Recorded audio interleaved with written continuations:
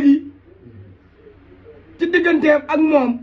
loolu du tey démb la moo tax ma ni fa ndox daan taa boo fa demee ba léegi fekk fa tepp-tepp mun ta faju mar mun ta raxasi boor waaye sa digganteeg bas démb la dafa yàgg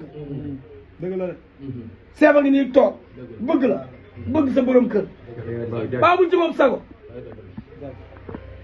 maasa ngi nii di ku baax Salif a ngi nii Salif mii nga xam ni ku baax la moom tamit dees gor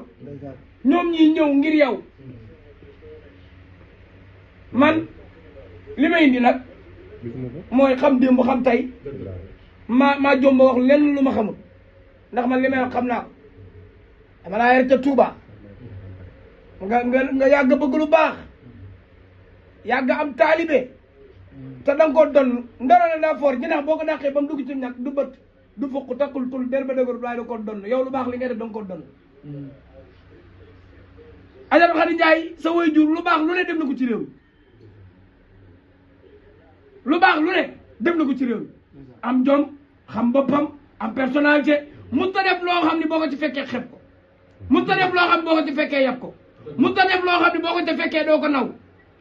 loo ko mos a fekk rek da nga ko jox cër da nga ko gën a wekk da nga ko gën a da nga ko gën a yëkkati da nga xam ne kii lim nekk ci la war a ne mu yar leen ci nàmpatal leen ci deret daa foor deret dafa foor de kon dañ lay ñaanal yàlla defal la jàmm yàlla sàmm la barki dem sess bi nga def sa mag ju baax ji nga xam ni amoo lu dul moom nga taxaw ci tànkam maam jaara lu mu bëgg nga bëgg barki dem ndam lu rëy li muy indi Sénégal